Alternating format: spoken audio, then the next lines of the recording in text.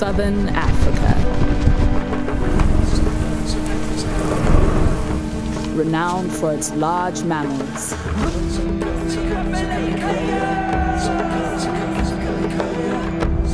For all its famous animals, there's one small creature that is far more remarkable.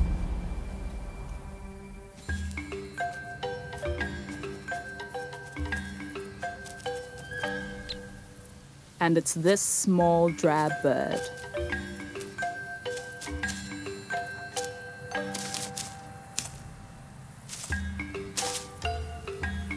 It's called a sociable weaver.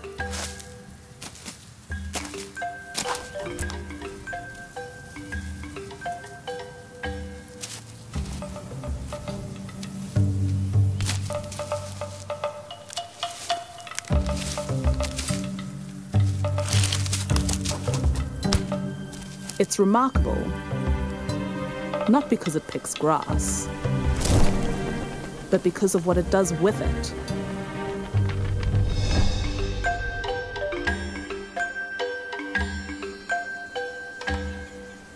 Sociable weavers engineer the biggest nests built by any bird.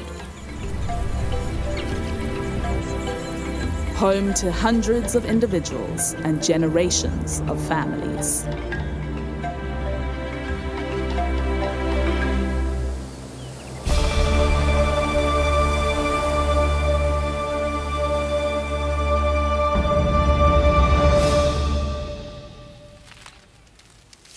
A nest this size requires constant maintenance, and it takes a lot of work.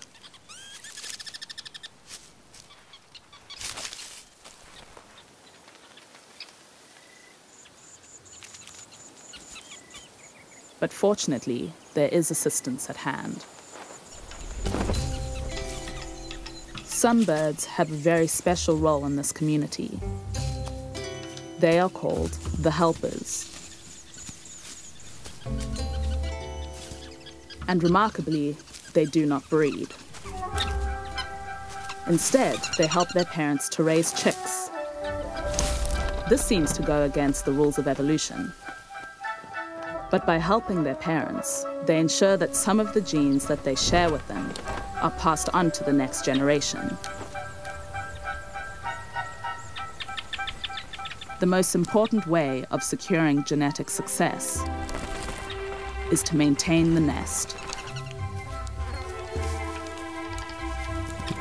The top is everyone's responsibility, while the individual chambers are kept by the families that live in them.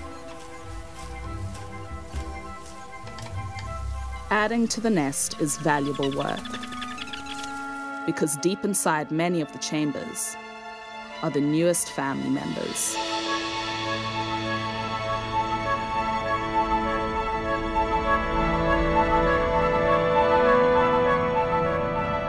It's the complexity of their social life and the way that they breed that makes sociable weavers so unique. And this communal lifestyle has another benefit. When the helpers leave the nest to forage, they do so as a group, making them far more efficient. Families with more helpers get the most food and are more successful breeders.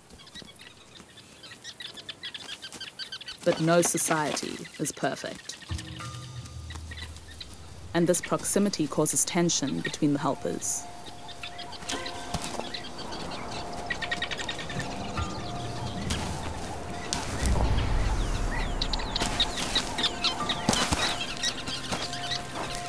To avoid these costly fights, they have developed a dominance hierarchy.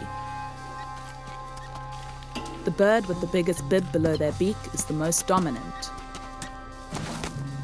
and gets the best access to food.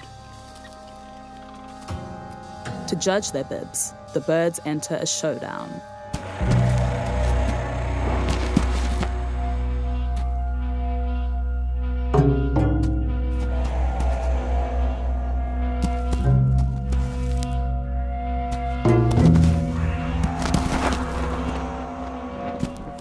When it's settled, they eat and then return to their families. Families live in tight-knit neighborhoods within the nest. This provincial layout creates fierce conflict, but only the most dominant families can hold the safer, more central territory.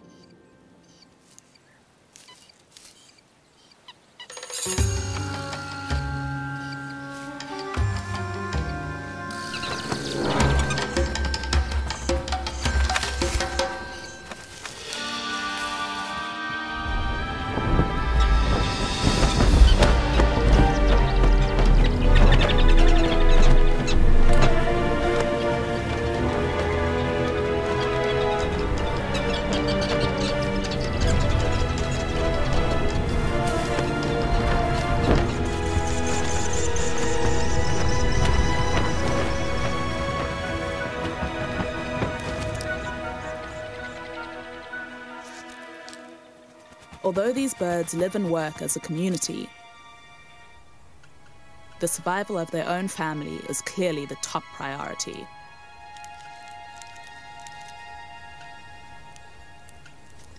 And these fights for the best territory have very real consequences.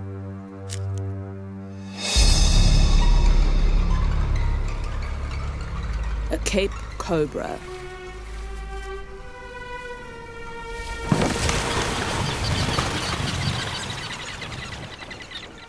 These snakes are capable of eating all the chicks, but it's the outer chambers that are most at risk. There's nothing the parents and helpers can do.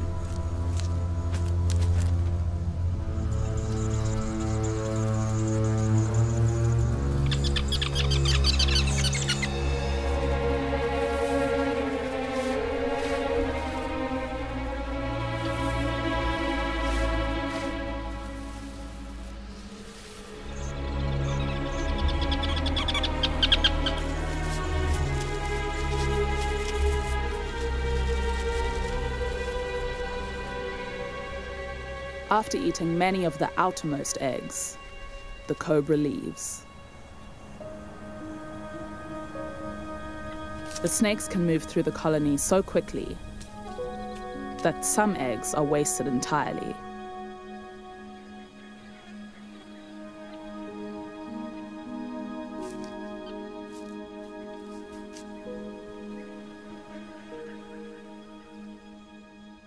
These attacks are devastating for the community.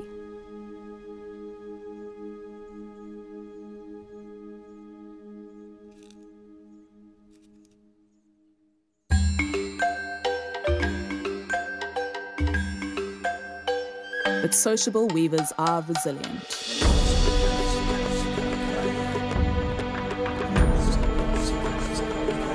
With the passing of time, the community repairs and builds.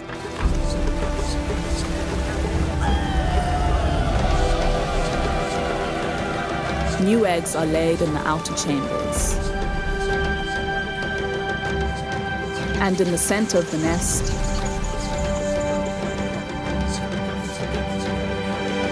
there are chicks. With a community like this, the chicks will likely survive to fledge and form the next generation as breeders or as helpers themselves.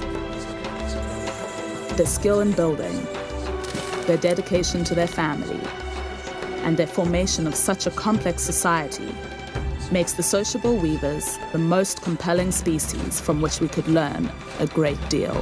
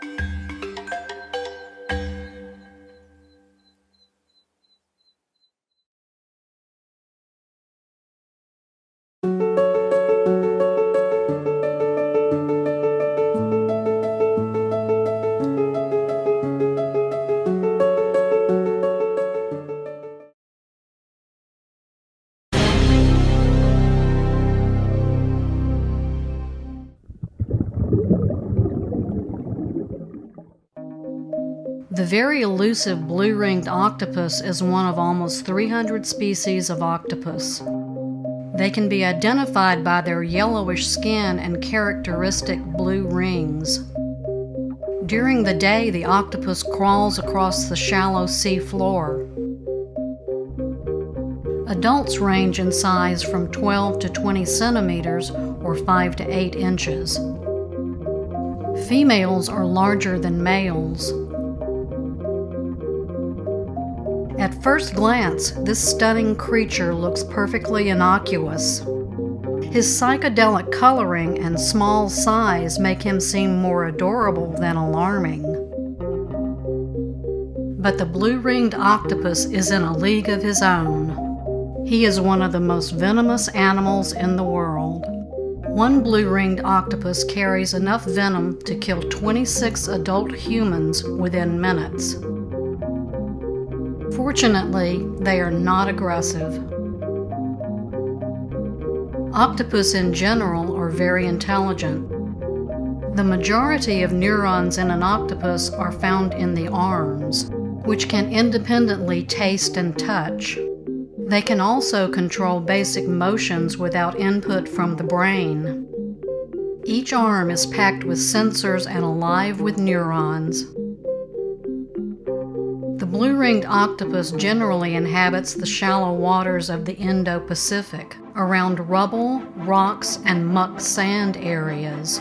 Despite being incredibly common in coastal waters, blue-ring octopus are rarely encountered.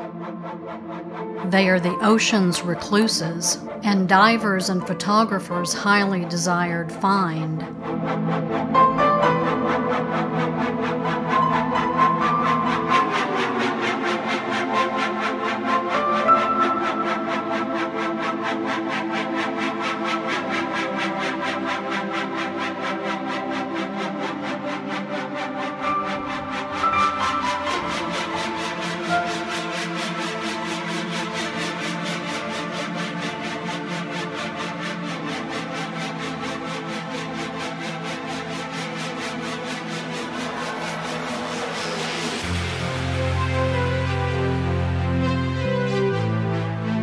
The mating ritual for the blue-ringed octopus begins when a male approaches a female and begins to caress her with his modified arm. He jumps on her, grabs her, and then tries to transfer his sperm packets. Scientists have observed that males don't seem to distinguish between male and female and jump on other males too.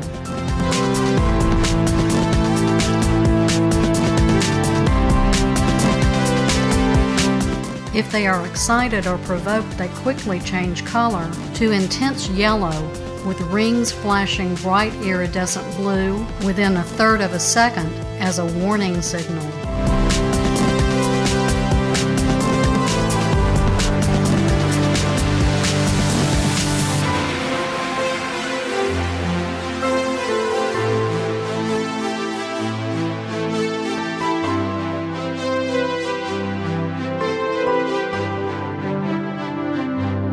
There are so many aspects of octopus lives that we still don't fully understand, but the mere chance to meet one, or even two together, remains a dream for most underwater photographers.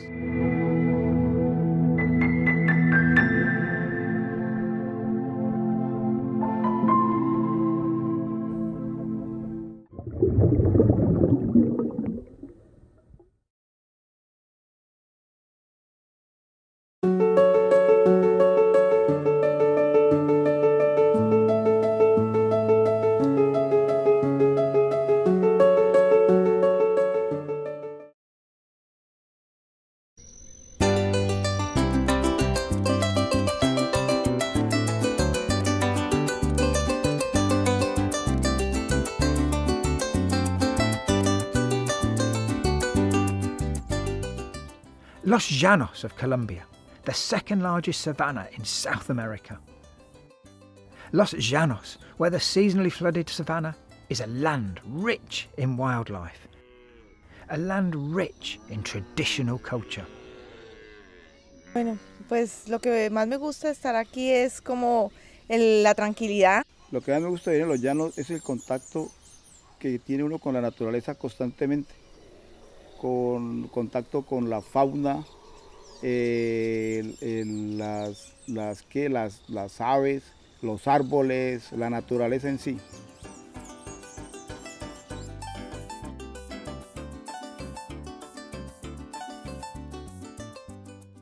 Los Llanos, where the seasonally flooded savanna is a land under threat.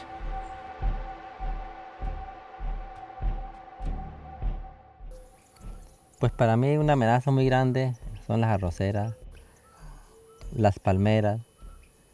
También es una amenaza muy grande las quemas. Se han venido presentando estos años. Se nos ha quemado las sabanas, los pastos, las babas, la galápaga. Todo lo que está en la sabana se está ardiendo por motivo de los incendios forestales de sabana.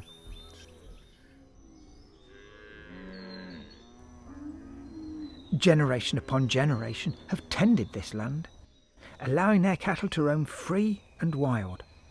And this extensive manner of cattle rearing has maintained the native grasslands home to many unique birds. The rare Orinoco goose nests in the Maurizi palm trees that are scattered across the grasslands.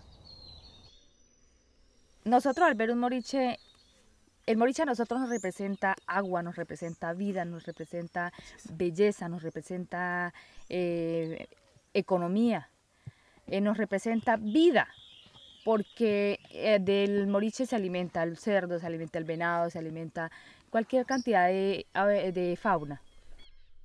Es la planta que más emblemática en los llanos y es muy importante para estos ecosistemas. Moriche en nuestro sector, en este ecosistema como tal, es el que nos da, nos genera, nos retiene el agua, hace que se vaya un poco más lento. Entonces el ver un moriche vivo crecer, pues es algo muy emocionante, cosa contraria al verlo morir. Lastimosamente, esta palma es cada vez más rara en las sabanas y son muchas las causas de esto.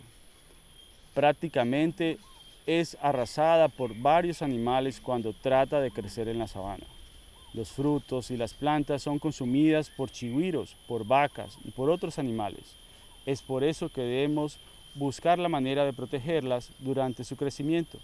Y una opción es el programa de restauración de moriche, que en la Asociación Calidris venimos promoviendo. One bird that breeds in the shadows of the forest edge is the crestless curassow.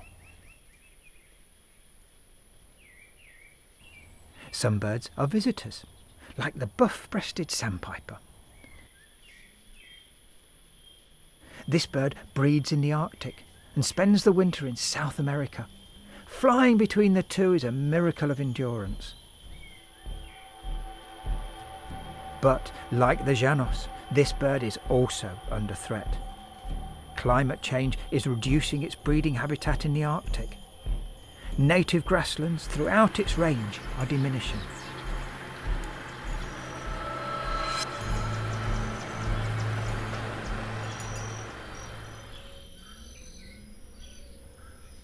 Carlos and Janira, two biologists working for Association Calidris, the BirdLife partner in Colombia, have discovered that the native savannas of the Llanos are critically important for the buff-breasted sandpiper. The birds feed on protein-rich insects needed to build up fat reserves, enabling the birds to migrate their huge distances. The rich insect life abounds in these cattle pastures. Carlos and Janira have found that the birds prefer short grass savanna in shallow depressions with water close by.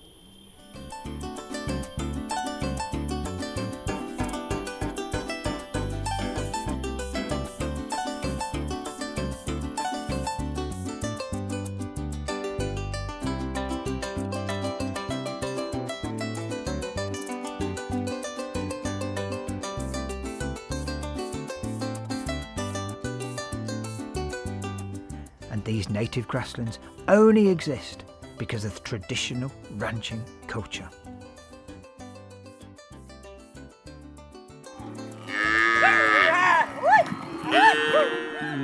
primero es montar a caballo, ¿sí? Para toda actividad, ¿sí?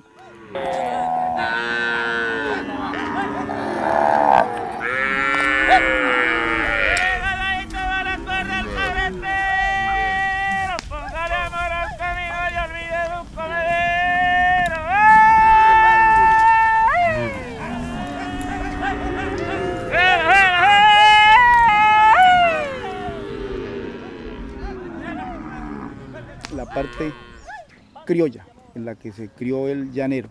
Somos los hijos de la sabana. Mi llano es bonito cuando comienza el invierno, porque su suelo se viste de verdecito. En la mañana se oye cantar un carrao, será contento porque está el suelo blandito. Este es el pasto carretero. Es un pasto nativo. Es muy importante para el ganso del Orinoco porque hace parte de su dieta. Otros animales también dependen de este pasto nativo, pero en especial es muy importante porque los hábitats que utiliza el playero canelo tienen este pasto. Es importante porque el pasto nativo es resistente a la sequía y al invierno y el ganado se sostiene mejor en su hábitat. Entonces esos ganados son más livianos, son un poco más pequeños y pues es el ambiente de ellos acá, es donde ellos han vivido toda la vida. Entonces pues nosotros creo que no hemos nunca afectado el medio ambiente. Ustedes han visto cómo es esta sabana que tiene montes, tiene todo, tiene aves, tiene fauna.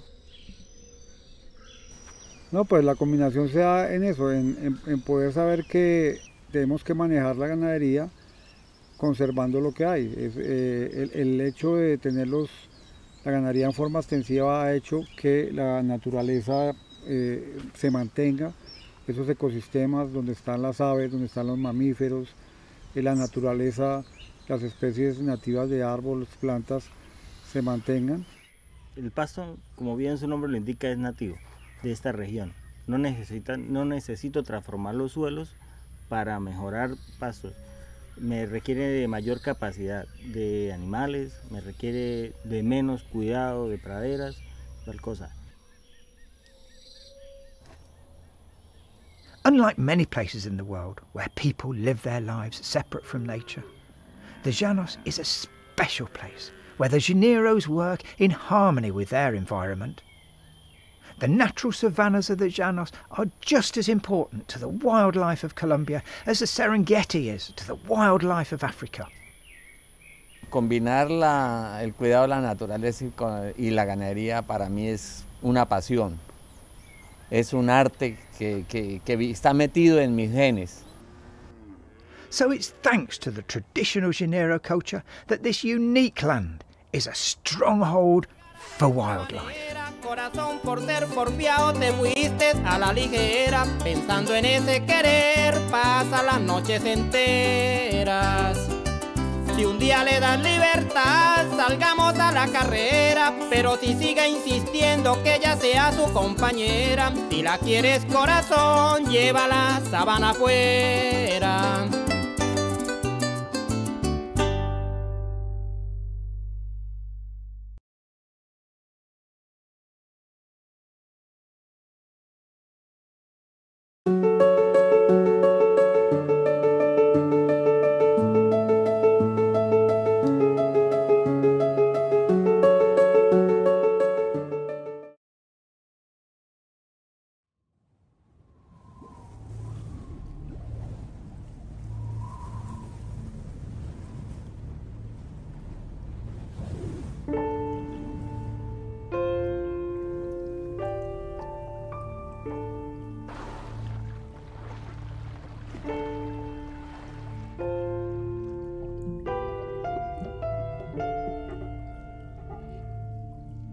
Far from misleading points, I found remnants of peace.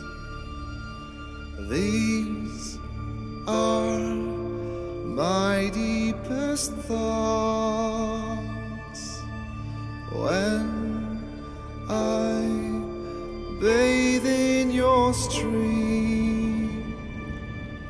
Soft thirst, may you be heard.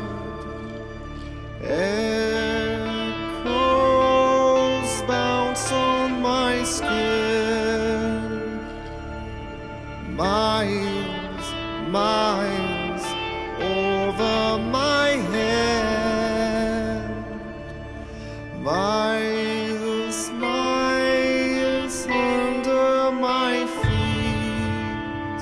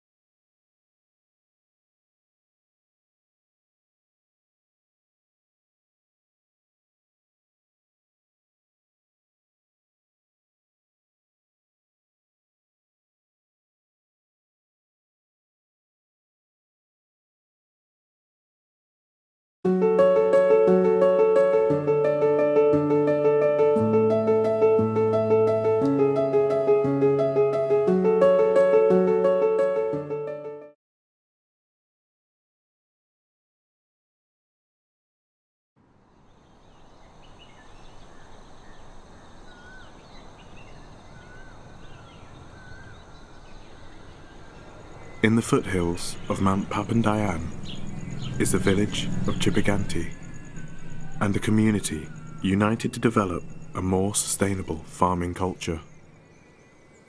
Tenan tina masalah urusan panginten anu ngalarartos mah dina ilmuwan atau napi tina teh dina masalah lingkungan. By avoiding artificial fertilizers and pesticides, and planting new trees amongst their crops, the farms have integrated back into the native habitat. This is all made possible because of one high-demand commodity. Terus pekerjaan petani kopi dan sekaligus sebagai pengusaha kopi.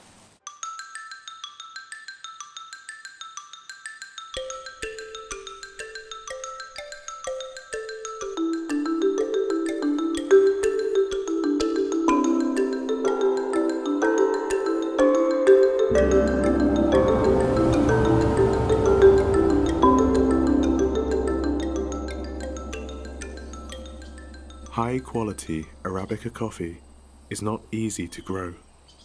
Without a successful pollination, the trees won't fruit, and the flowers only bloom once a year.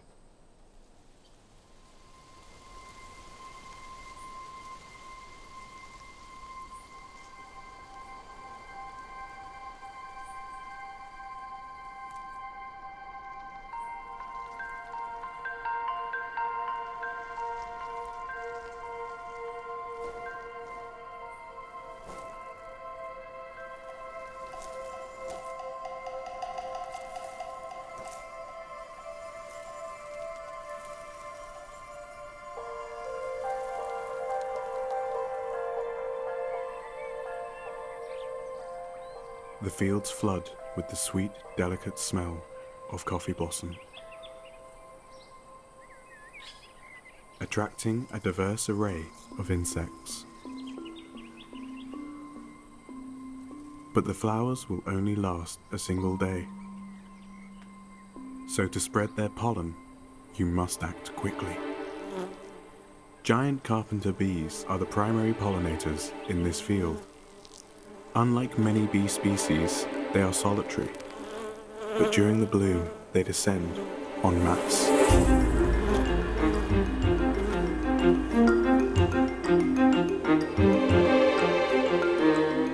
A female can visit thousands of flowers on hundreds of trees in a single day.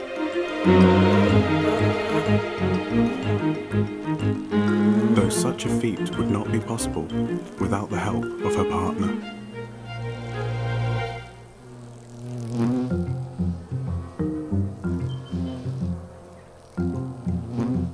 To ensure she has no competition, the male ferociously defends their territory. Lacking a sting, he uses his size to intimidate their rivals. So if something does decide to intrude, he must stand his ground.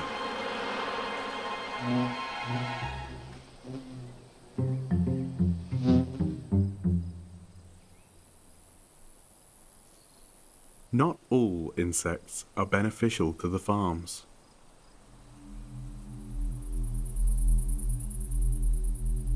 Entire crops can be lost to colonizations of insect larvae and the diseases they spread. But the overuse of pesticides has led to the dramatic decline of bee populations and the elimination of the pest's natural predators. Pesticides have a detrimental effect on everything living amongst the fields.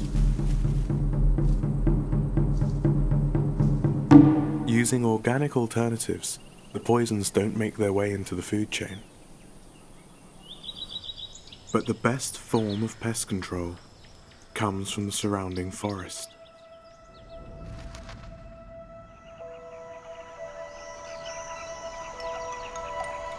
The trees are home to more than 50 unique bird species. Acting as the guardians of the fields, the money they save farmers every year is incalculable.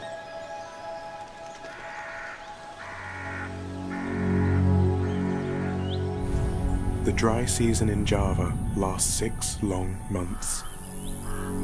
The intense heat leaves open farmland exposed to the elements.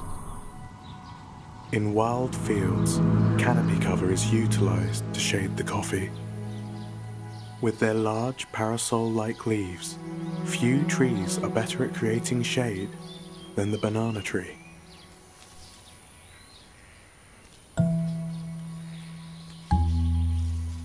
Tupai make great use of these trees, not only as a source of food, but when travelling at ground level can leave you exposed to predators. The banana leaves make excellent bridges.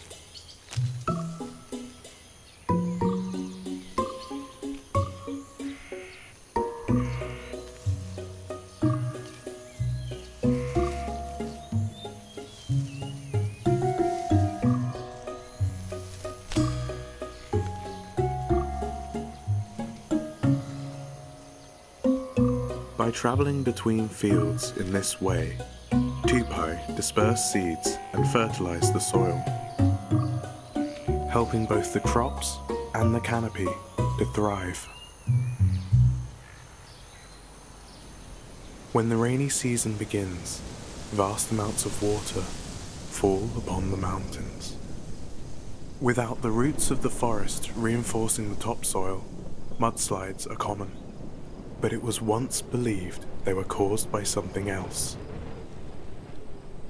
Masalah kukang, hiji upami darahna atanapi buluna ragrag di salah satu tempat, tenan upami darahna ragrag dina bukit-bukit atanapi gunung-gunung gitu, bisa saurna gitu bisa longsor tak gitu.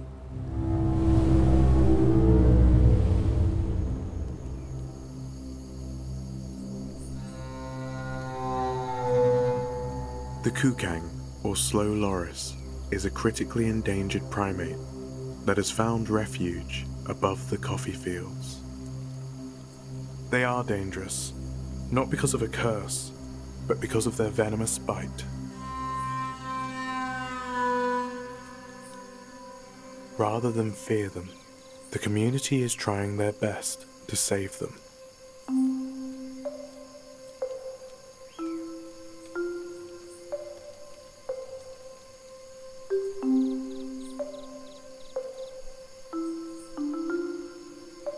The new trees and water lines established by the farmers allow the loris to roam freely over vast territories, helping wild populations to rise.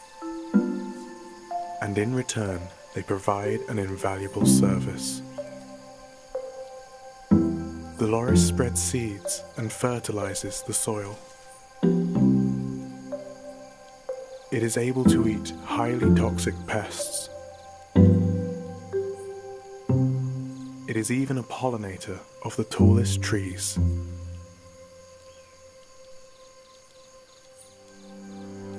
Tak gitu. Insya Allah eta nitina teh alhamdulillah aya mangpaatna gitu. Margi ku mangpaatna kieu. Krek ayeuna we upamana teh lamun di leuweung upamana teh berarti lamun dek dibinasa teh teu meunang eta mah bisi ragrag getihna kumaha kitu kieu bisi nyelakakeun tuh pantos dilindungi ku masyarakat oge lah kitu mangpaatna.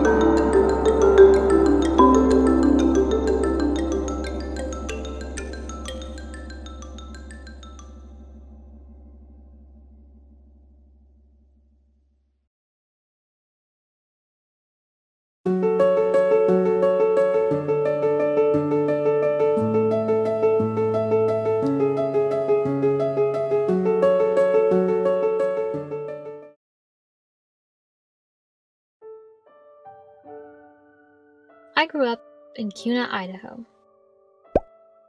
where the desert was practically my backyard. Growing up, I never really thought about the desert. It was just a big empty place back there. My dad and I would drive out there to look at the stars sometimes, but other than that, it was just a nowhere sort of place. Just a place for stars. Even as an adult, the desert rarely crossed my mind, unless I had to drive through it. It was never a destination. It was always a place you had to pass through to get to the place you're actually going. Even the pioneers felt that way on their way to Oregon. It wasn't until I became a student of biology that I learned about the magic of that big empty place. Turns out, biologists have been studying it for decades. There is a mountain of research about this place, yet I never learned about it growing up. It felt like they had kept this big secret from me, and from everyone else I knew. How could I grow up in a place for 20 years and yet know nothing about it? So it's about time that big secret was revealed, because our desert is unique and beautiful, and it's in trouble.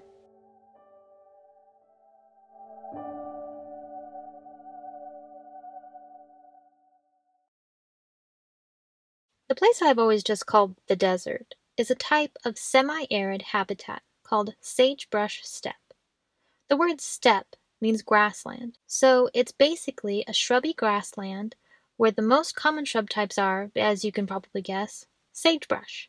And this habitat covers a huge portion of the western United States, about 62 million acres. It spans 11 states and 2 Canadian provinces. Unlike arid desert climates like the Sahara Desert in Africa, a semi-arid desert isn't dry all the time. There's just enough water to support perennial shrubs and bunch grasses, but not quite enough water to support trees. Sagebrush steppe gets almost all of its moisture during the winter in the form of snowpack. As the snow melts, it supplies water to the plants and animals throughout the spring and into the summer. The native plants of the sagebrush steppe are well adapted to this water cycle. They have huge taproots that go deep into the soil to capture moisture, and most of their growth and germination happens in the spring before the whole place dries up. These populations of shrubs and bunch grasses support a plethora of animal species. Notably, the 2 poster children of the sagebrush steppe are the pygmy rabbit and the greater sage grouse. So pygmy rabbits and sage grouse both are pretty unique in that they're really tightly coupled to the sagebrush ecosystem. They only live in sagebrush. For part of the year, almost their entire diet is sagebrush. These species are called sagebrush obligates. So it means that they cannot occur without sagebrush, and so they are completely dependent on sagebrush. If there's no sagebrush, that species is not going to be there. It's not just obligate species that need the sagebrush. Hundreds of species rely on it directly and indirectly, from insects to birds to large mammals. That big place I always thought was empty, turns out it's not empty at all. But the pygmy rabbit and the sage grouse are especially sensitive to changes to the sagebrush steppe because they are so dependent on it. They really do well and are most common in very undisturbed versions of a sagebrush ecosystem. When a sagebrush system starts to get degraded, they're one of the first species that starts to disappear. So they're considered a bellwether. They're kind of the canary in the coal mine for the sagebrush ecosystem. Unfortunately, the sagebrush steppe that the pioneers saw when they headed west looked very different than much of the steppe today. Only about half of this ecosystem remains intact, which is pretty bad news for species like the pygmy rabbit and the sage grouse. But what happened to this habitat? Before European settlement, natural grazers west of the Rocky Mountains included ungulates like deer, pronghorn, and elk. As European settlement spread across North America in the 16th and 17th centuries, they brought their animals with them. Cattle, horses, sheep, and goats were introduced from Mexico to the southwest in the early 1700s. Back then, there was zero management of rangelands. Settlers crammed as many animals onto their lands as they possibly could. The Louisiana Purchase in 1803, the signing of the Homestead Act of 1862, and the expansion of the railroad led to an even greater push into the west. Cattle quickly grew as one of the most economically important uses of rangelands, and by the 1890s, there was an estimated 26 million cattle and 20 million sheep grazing the arid lands of the West unregulated. In the 1920s, concern about overgrazing was mounting. The Taylor Grazing Act was passed in 1934 to try to protect the remaining unclaimed land by setting up grazing districts and regulations. The Bureau of Land Management was established in 1946 to manage those grazed lands. But it was already too late for the sagebrush. Decades of mismanagement had transformed millions of acres of unbroken sagebrush and bunch grasses into a sea of exotic weeds and annual grasses. The most notorious of these weeds is cheatgrass. You may know this grass. Its seeds often get stuck in your socks and shoes when you go on a hike. Cheatgrass was probably brought to the West in contaminated grain seed and was established there by the early 1890s. This grass has a completely different life cycle than the native plants of the steppe. Unlike perennial shrubs and grasses with their long taproots, cheatgrass is an annual plant with short, fibrous roots. This means that it is the first one to get all that spring runoff from the snowpack. It hogs all the water and other nutrients in the soil before new bunch grasses and shrubs can even get started. Not only that, this invasion of annual grasses has changed the natural cycles of the sage steppe ecosystem. The annual grasses also change the fire regime and make the fires more frequent, more likely to start, and larger in extent when they do start. And they spread faster and they burn hotter. In healthy sage steppe habitat, the brushes and bunch grasses grow in clumps. This helps reduce the spread of fire because the fuel sources are patchy and spread out. The annual grasses grow in between these clumps, forming a continuous carpet for the fire to travel on. They also germinate, grow, go to seed, and are dead by early spring, leaving lots of dry material around just in time for the hot, dry summers. With all that tinder, when lightning strikes, a large fire is inevitable. Large, stand-replacing fires used to be uncommon in the sagebrush habitat. They might only occur every 30, 50, or 100 years, but in areas that have been invaded by exotic annual plants, large fires can happen as frequently as every 5 years. Sagebrush and bunch grasses just aren't adapted to such a short fire cycle. It takes them decades to recover from fire, but the annual grasses can return within only one season. So once the shrub steppe is disturbed and exotic weeds move in, it's very difficult or impossible for the native plants to come back, even if the native plants do grow back. If cheatgrass or other exotic grasses are present, it's only a matter of time before fire will wipe them out again and the process starts all over. It's a vicious cycle. And right now, fires are removing large areas of sagebrush. So there's a concern for species that live in the sagebrush, and especially sage grouse and pygmy rabbits, which live only in sagebrush habitats. These changes are just one of the many threats against the sagebrush steppe. Others include just human development. Our footprint just keeps increasing. It hasn't decreased. We have oil and gas development, which is common within sagebrush ecosystems. We have a lot of sagebrush that has been converted tilled agriculture, and human development, subdevelopments, power lines, all these things have adverse effects. Because this habitat has little economic or aesthetic value to many folks, it is often urbanized. Agriculture, housing, and energy development are far more profitable than a bunch of grouse and rabbits, despite their iconic status. Wind and solar development in sagebrush steppe will only increase as we shift away from fossil fuels, and this development is very disruptive to sensitive species like the sage grouse. They're one of the most sensitive birds. They just don't tolerate disturbance as well as almost any other bird. They disappear pretty quickly when there's a fair amount of human development. But the primary economic use of sage steppe habitat is still as rangeland. Domestic livestock grazing occurs almost ubiquitously with where sage grouse occur. There's hardly any places where sage grouse live that don't have domestic livestock grazing.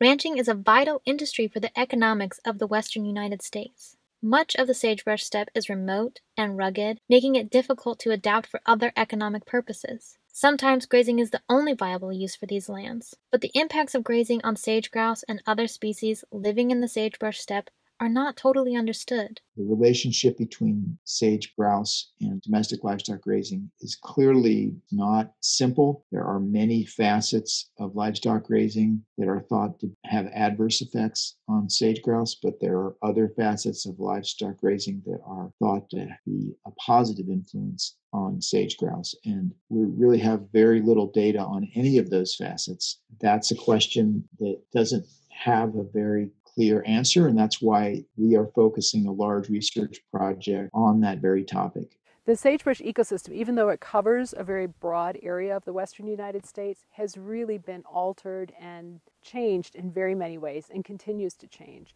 So what can we do to help this unique and troubled landscape?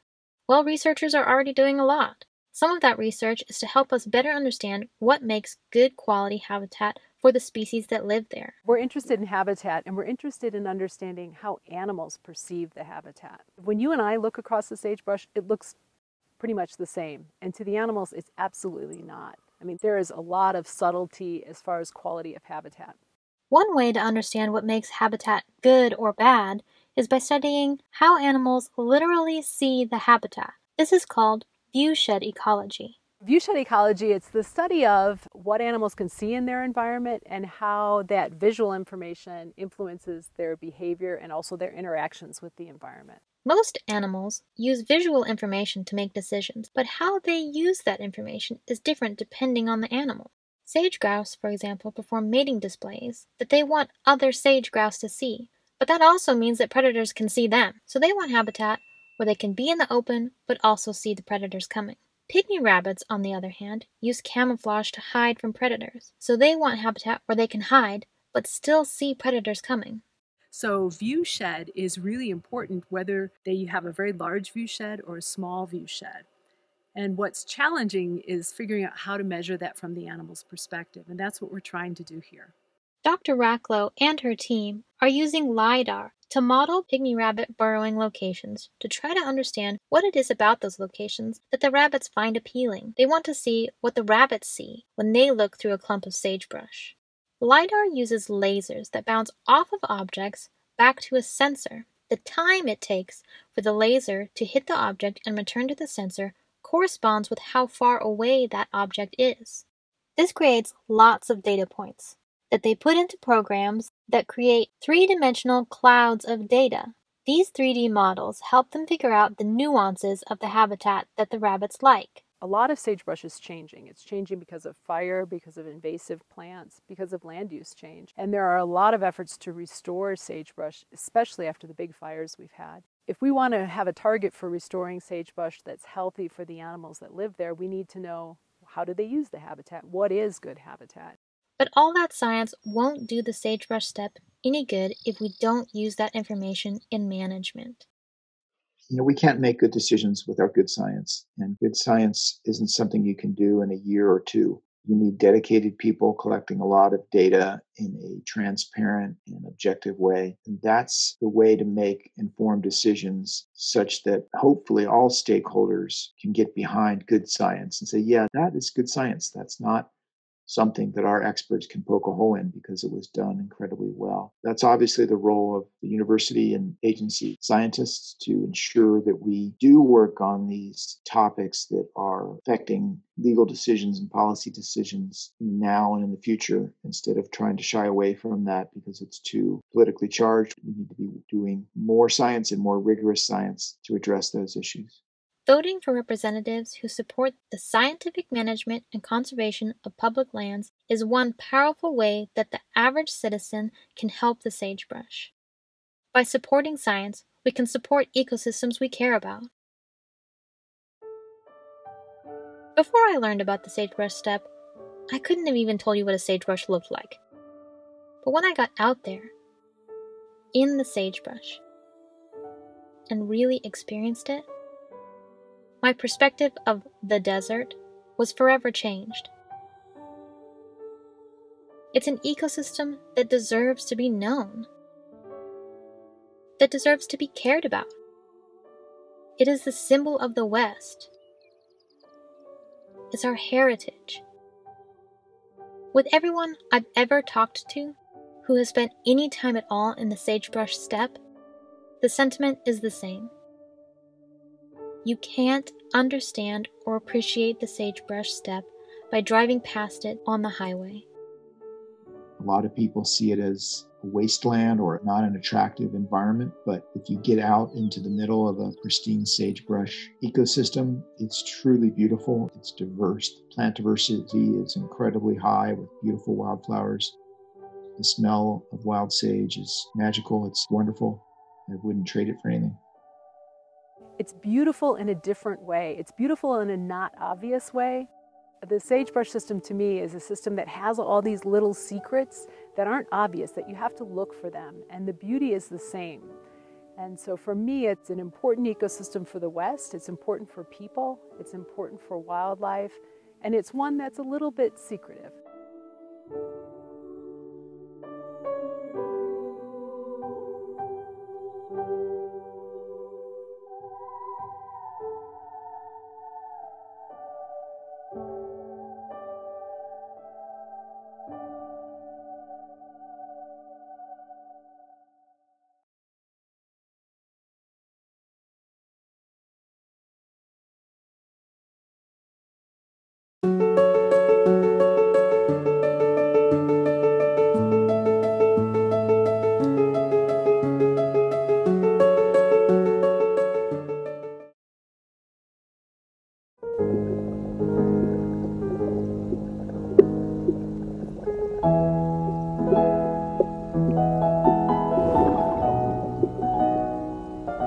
Los lobos se comen a los venados, que los venados se comen a su vez los brotes de los árboles.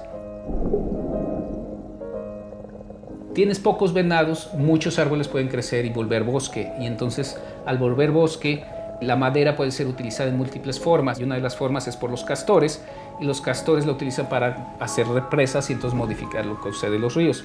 Todo eso sucede a partir de que el lobo existe. Lo mismo pasa con la presencia de ajolotes.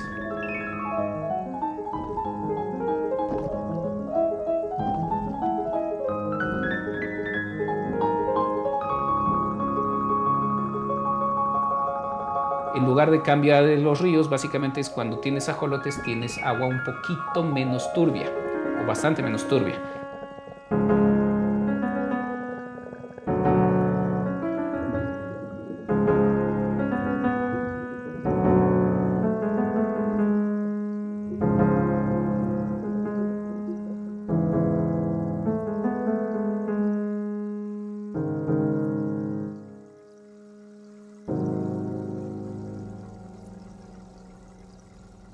A nivel del ecosistema es, tú ves un ajolote, te está diciendo mi ecosistema está sano, el agua está bien, que el que tú lo tengas es un sensor ambiental, te está diciendo donde hay un ajolote y hay agua, con poco manejo de esta agua puedes obtener un agua de excelente calidad para la producción de alimentos. Hay unas crónicas donde él inclusive describe que caminando por la zona de Xochimilco veía gente muy pobre así en los mercados, así tratando de vender algo, pero veía que en las cubetas se estaban alimentando de ajolotes propiamente. Él no sabía que eran ajolotes, pero le llamó mucho la atención.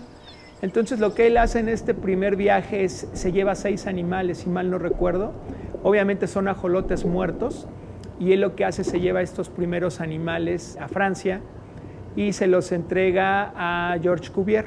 Georges Cuvier en su época era el mejor naturalista, el más renombrado en cuanto a la parte de taxonomía y de descripción de animales. Se los entrega a él y él es el que hace la primera descripción del ajolote.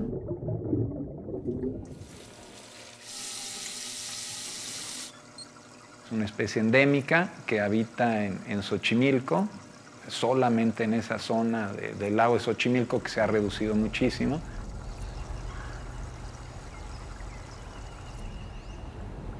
El ajolote es muy sensible a cambios de temperatura, a cambios de pH en el agua, absorbe cualquier tóxico químico que tú arrojes al agua, se vuelve muy sensible al nitrógeno que se utiliza en los agroquímicos.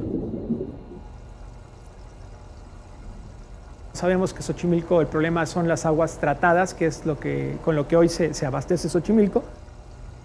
A alguien se le ocurrió que para beneficiar a los pobladores de Xochimilco sembraran tilapia y carpas.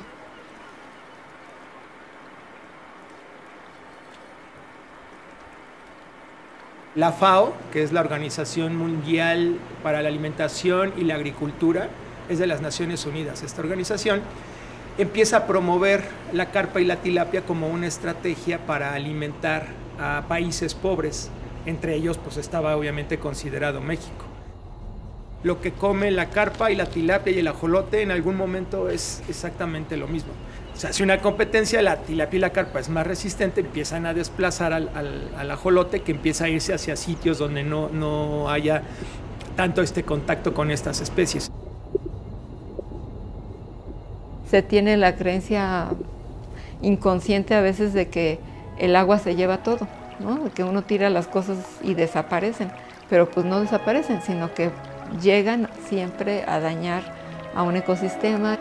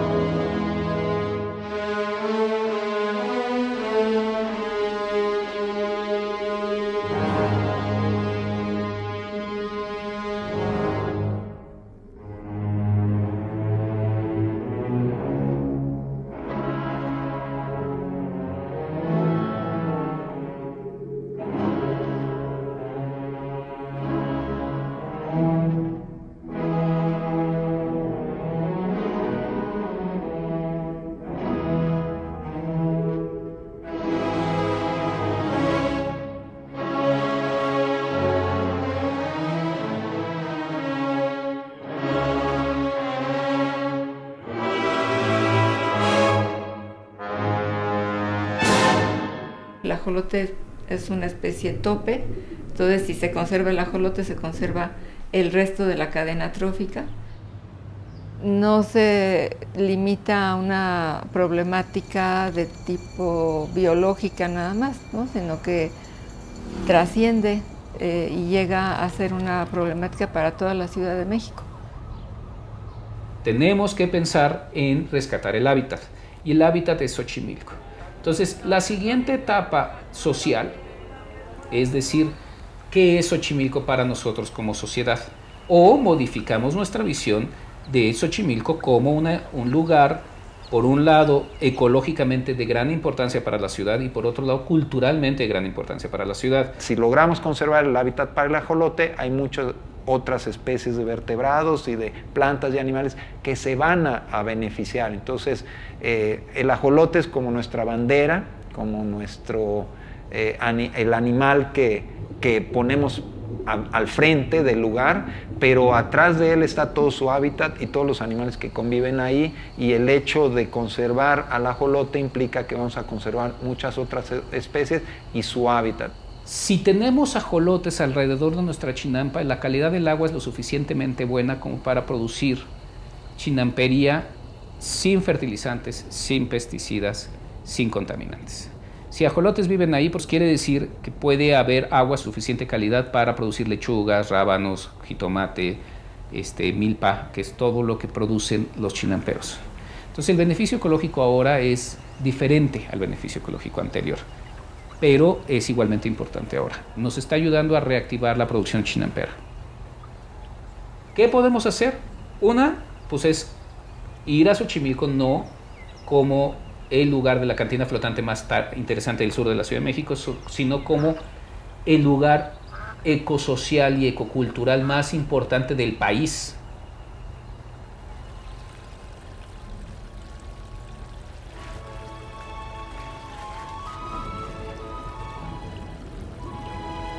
A la fecha, ¿no? Ya una tradición de 150 años haciendo ciencia con el ajolote, pues es que lo vemos aislado. El ajolote depende de Xochimilco y Xochimilco de alguna manera también depende del ajolote. Y nosotros, en consecuencia, también dependemos, como Ciudad de México en este caso, que somos los beneficiarios de estos dos elementos. Lo viable sería que el ajolote esté en Xochimilco, que el ajolote, sea como sea, no salga de allí para terminar en centros de investigación, que el ajolote permanezca allí, en su agua, porque lo hemos visto, ¿no? Pocas veces se habla de esta parte integral. Ajolote, Xochimilco, bienestar, porque eso nos corresponde a nosotros como Ciudad de México. Al mundo no le va a interesar si no parte desde nosotros.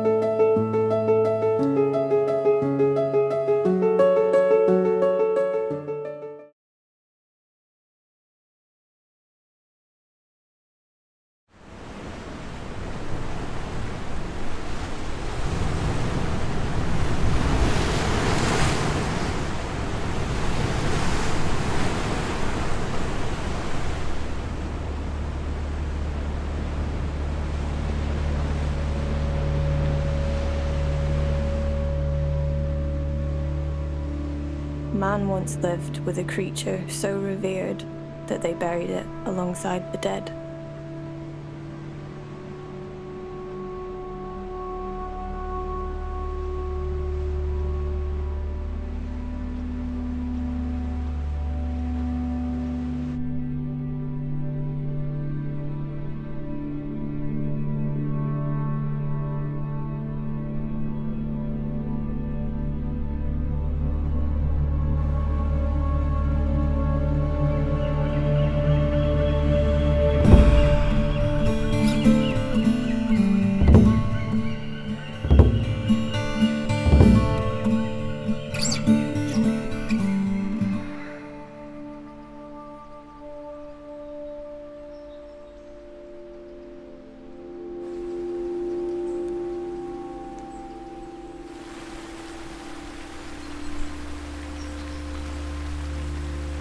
A temperate rainforest once covered Scotland.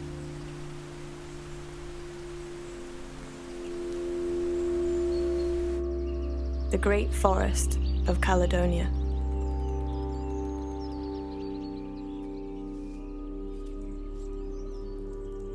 A thriving ecosystem kept in balance by its apex predators.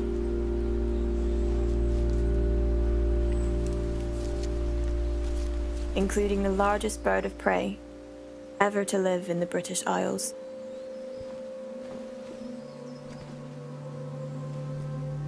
The white-tailed eagle. Sacred amongst ancient cultures.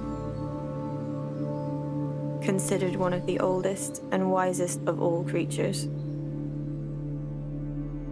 Connected to the gods.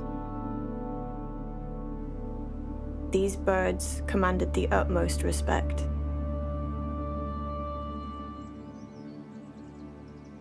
But something changed.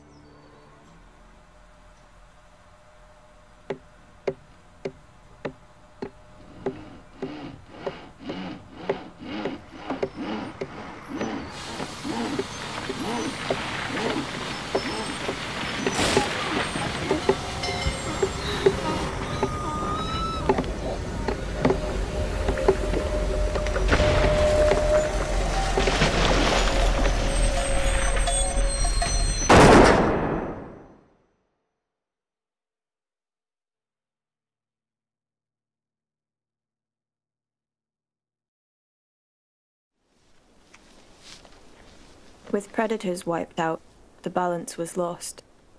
Vegetation was overgrazed. The forest never grew back. Today, just 1% of the Caledonian forest remains.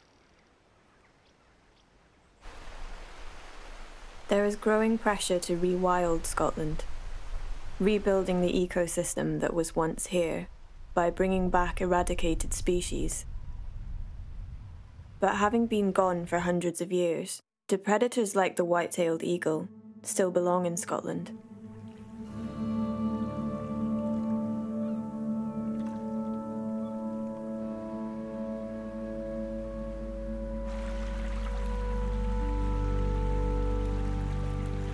And I know it was persecuted and it was, made extinct here. They were reintroduced something like 30 odd years ago, 30, 40 years ago. And I think it was out of Rum, or I think it was Rum anyway. And then those birds come over here.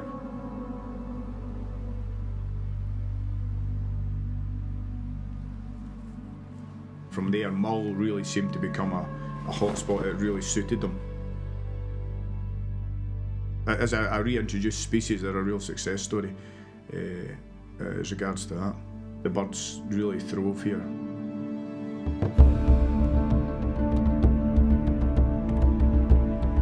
Scotland is now home to over 100 breeding pairs of white-tailed eagles, following their reintroduction in the 1970s. On account of their 2-metre wingspan, they're known to the locals as flying barn doors.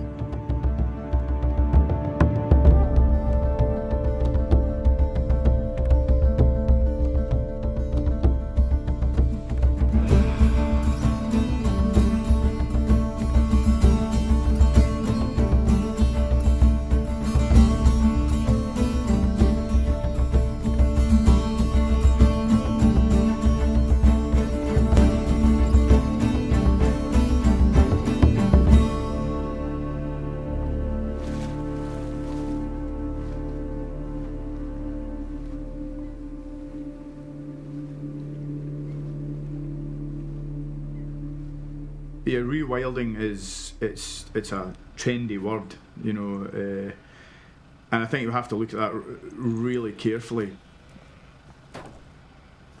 My opinion on the sea eagle is it's not my favourite bird. The big impact is during the lambing period. These yows we have here, they've been looking after themselves in these hills for the last 200, 300 years. So at lambing time, we don't interfere too much, but that does leave them quite open to predation. We've had, 30% losses in varying years. And we've done a few trials, tried to lamb earlier in certain bits, which hasn't worked for us at all because the eagles just focused in on that area and that really brought us down. We did get a big hit there. I'm Ian Mackay and we farm on Alois farm, which is in Isle of Mull. I've been in Mull now roughly 20 years. And we've actually been farming here at Alois for, I think, the last 15 years. Farming is a very, it's like a vocation. I've never woken up a day in my life and thought I was going to work. This is what I do. This is my job, it's my hobby, it's my life. Yeah, it's my livelihood.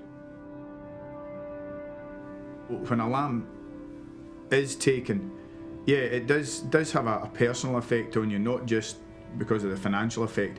It is emotional, you're very connected, you know the yows, you know the mother, the grandmother, and it does twinge every single time.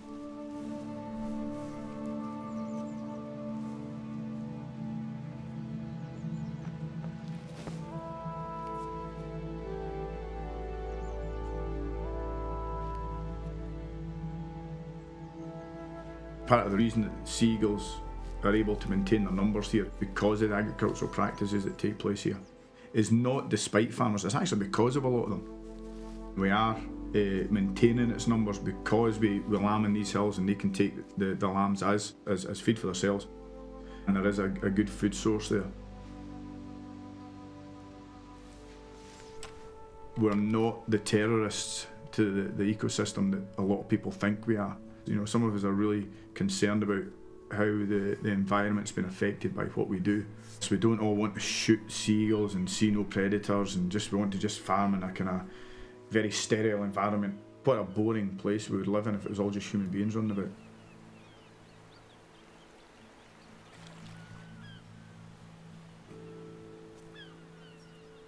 I was told once by an old gentleman that you should farm as though you're going to live forever. You want to make sure you're farming, not for short-term gain, but for long-term levels of production that are sustainable. So it's crucially important that as farmers we look after the environment we work in. We need to have a huge amount more respect for them. The ecosystem that's here as well, the key species that live here. I don't think we can control. We need to understand ecosystems and let them develop themselves. We've got to get a balance somewhere between the environment and farming and people and everything. It's not a question of, oh, will it happen, won't it happen? It actually has to happen. We have to respect all wildlife and we have to live together with it in order to come to some more sustainable relationship with the environment.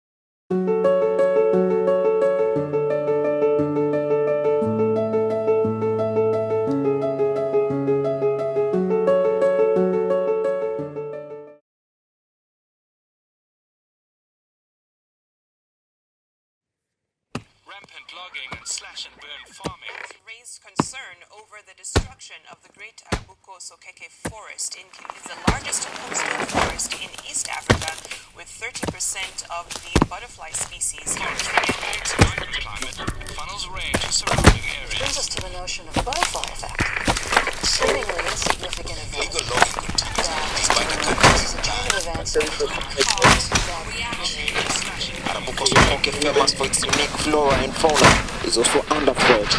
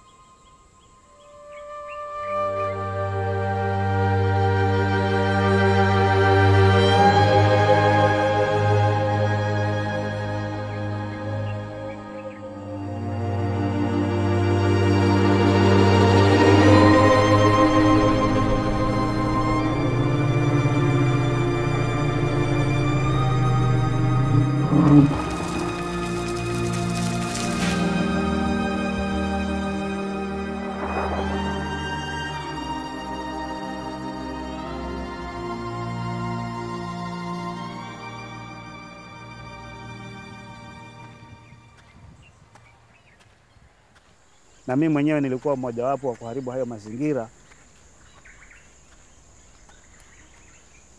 na pia tulikuwa tunakata hata miti ya kujengea tukiuza kwa mahoteli na hata tukitega wanyama hapa ndani ya msitu. Hivyo basi hilo ndio lilikuwa tegemeo na uchumi wetu.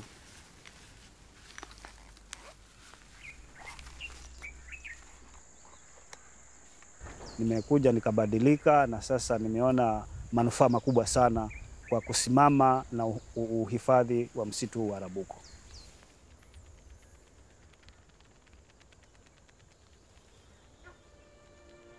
Kwa majina yangu mimi ni Charo Ngumbao na nimekuwa mkulima wa kipepeo hapa Arabuko kwa muda wa miaka 25 iliyopita.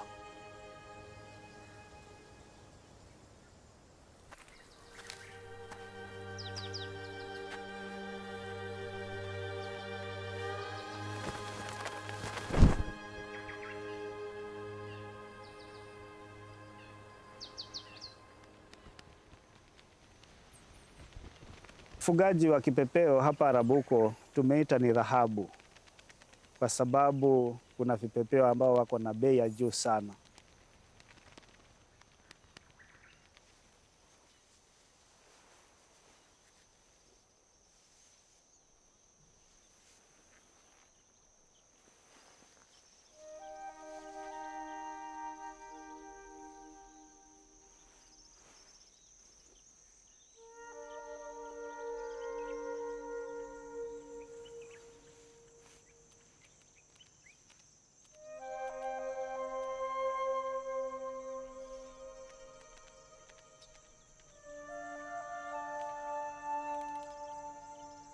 Kwanza unatambua zile aina za vipepeo wanapatikana lile eneo lako na miti wanaozalia.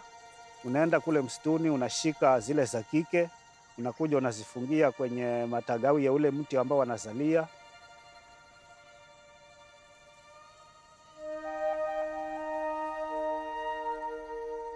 Baada ya siku 2 wanazaa mayai. Mayai yanahachi baada ya muda wa siku 3, yanajiungua baada ya muda wa siku 3, halafu yanaanza kulisha.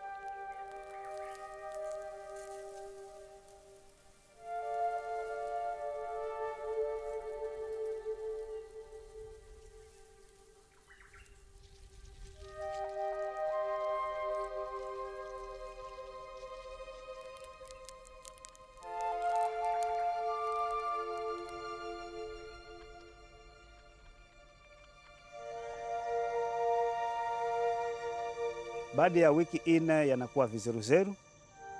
Unachukua vizeruzeru unavipeleka sokoni kule kipepeo.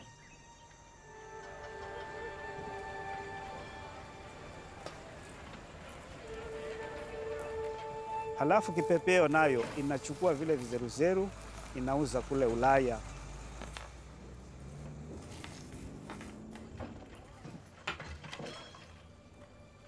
Halafu wawakilishi wanaenda wakipokea pesa zao kila wiki siku ya Ijumaa na wanaletea wakulima.